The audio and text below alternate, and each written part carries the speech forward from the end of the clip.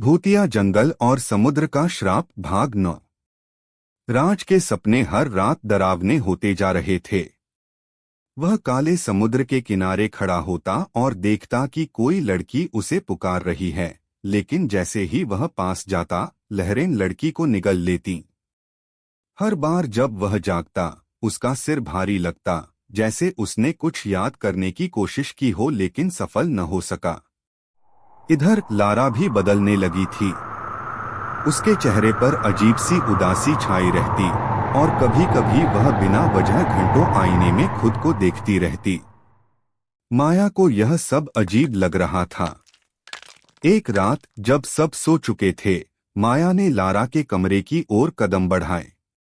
लेकिन जैसे ही उसने दरवाजा खोला, जो उसने देखा उससे उसकी सांसें रुक गईं। लारा आईने के सामने बैठी थी, लेकिन आईने में उसकी परछाई सामान्य नहीं थी। असल में परछाई उसकी न होकर किसी और की थी। आईने में एक काली आकृति थी, जिसकी आंखें सफेद चमक रही थीं। माया ने घबराकर कदम पीछे खींचे। लारा? लारा ने धीरे से सिर घुमाया। उसकी आंखें पूरी तरह सफेद हो गई थीं, जैसे कोई आत्मा उसमें समा गई हो। तुमने हमें मुक्त किया था, लारा के मुंह से दोहरी आवाज निकली। अब हम तुम्हें भी ले जाएंगे। माया का दिल तेजी से धड़कने लगा।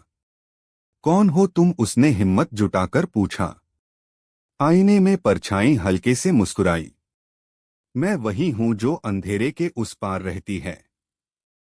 लारा अब सिर्फ एक खोल है। माया तुरंत राज के कमरे की ओर दौड़ी। राज, उठो। राज हड़बड़ाकर उठा। क्या हुआ? लारा? लारा के साथ कुछ गलत हो रहा है, माया हांफते हुए बोली। राज तुरंत उठकर लारा के कमरे की ओर भागा। लेकिन जैसे ही उन्होंने दरवाजा खोला, वहां अंधेरा फैल गया। ठंडी हवा जोर से बहने लगी और अचानक लारा उनके सामने खड़ी थी। लेकिन यह लारा नहीं थी। उसका चेहरा सफेद था, उसकी आंखें गहरी काली थीं और उसके होठों पर हल्की मुस्कान थी। अब बहुत देर हो चुकी है, वह बोली। राज और माया ने डर के मारे एक दूसरे की ओर देखा। हमें इसे रोकना होगा, राज ने फुसफुसाया। लेकिन सवाल यह था, कैसे?